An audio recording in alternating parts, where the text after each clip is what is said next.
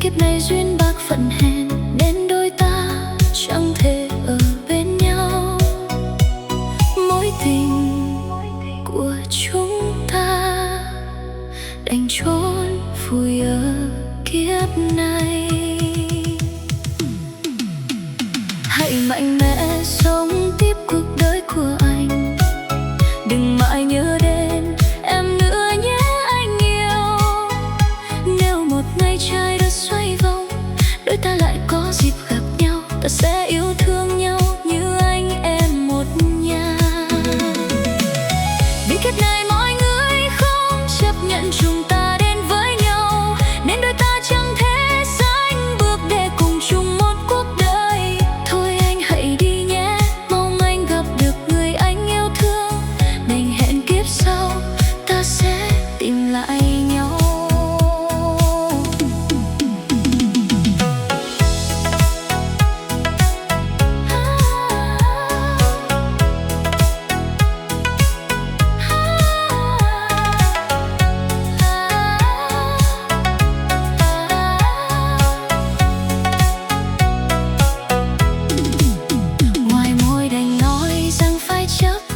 Chia xa, nhưng trong tim đau nhói đến chẳng muốn cất lời. Không biết đến bao giờ trái tim mới thôi nhớ anh, để nỗi đau trong lòng nguôi ngoai hết cuộc đời này. Dẫu có nhớ anh biết bao cũng đành lặng im chịu đựng, chôn giấu như một người đã khuất vùi sâu trong trái tim.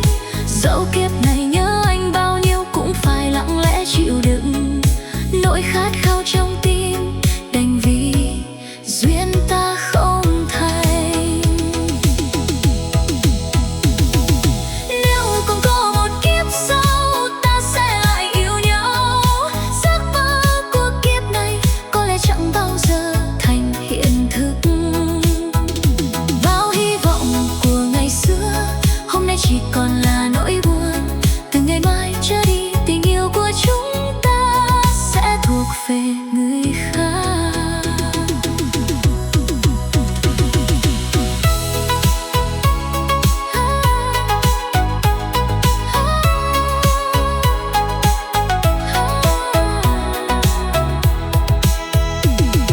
Nếu còn có một kiếp sau ta sẽ lại yêu nhau, giấc mơ của kiếp này có lẽ chẳng bao giờ thành hiện thực.